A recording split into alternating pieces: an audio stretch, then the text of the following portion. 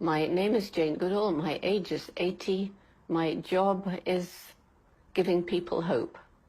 I learned from my mother so much, the importance, I think, of support. Because when I was a child, my mother supported all my crazy love of animals. When I wanted to go off to Africa, aged 10, and everybody laughed at me, she supported me, and she simply said, which I took to heart and repeat again and again, that if you really want something, you have to be prepared to work very hard, take advantage of opportunity, and above all, never give up. In my life right now, I'm 80.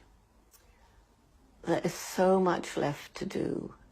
So I would like to go back and give myself a bit longer.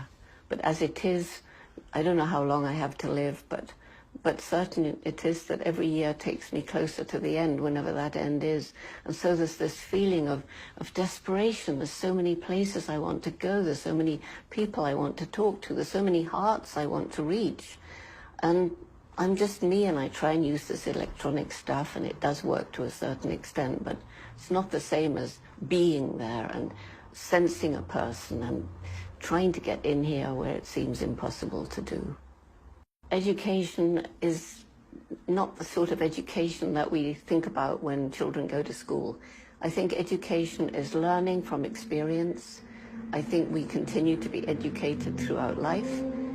And I think every day brings its own kind of education, and we can learn from it. If we keep our eyes open, our ears open, and think of every day as an adventure, then each day will give us a lesson. I have many kinds of happiness. I'm completely happy when I'm alone in nature. I love to be alone in nature. It makes me very happy. I'm really happy when I sit around with friends in the evening, particularly around a campfire, and we can tell stories and drink a bit of red wine.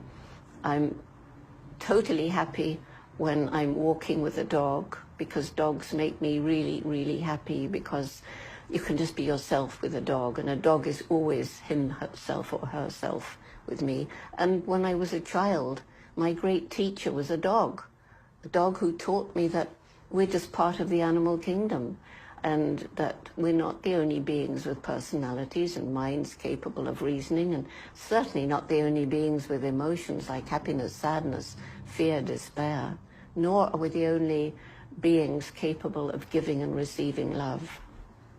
The biggest problem that we have as environmental activists is to fight the power of money.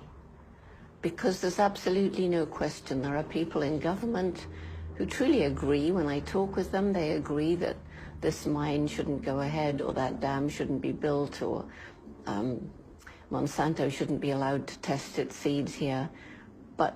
But when this, it's corruption really, but the might of money, the corporations that hold governments in their hands because of lobbying power and so forth, it's really frightening.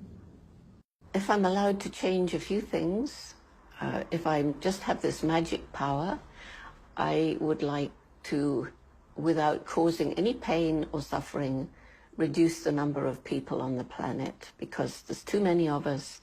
It's a planet of finite resources, and we're using them up. And that's going to mean so much suffering in the future. I would like to alleviate poverty, because when you're poor, never mind the individual suffering, you're destroying the environment, because you have to. You have to cut down the last trees to try and grow a bit of food to feed yourself and your family, or to make some charcoal. Or you have to buy the cheapest food, even if that did cause horrendous suffering to animals or child slave labor somewhere else. So alleviate poverty. And maybe the hardest of all, but what I really, really, really would love to change, is the unsustainable lifestyle of everybody else. We're just greedy. And I always think of Mahatma Gandhi saying, this planet can provide for human need, but not for human greed. And that is so right.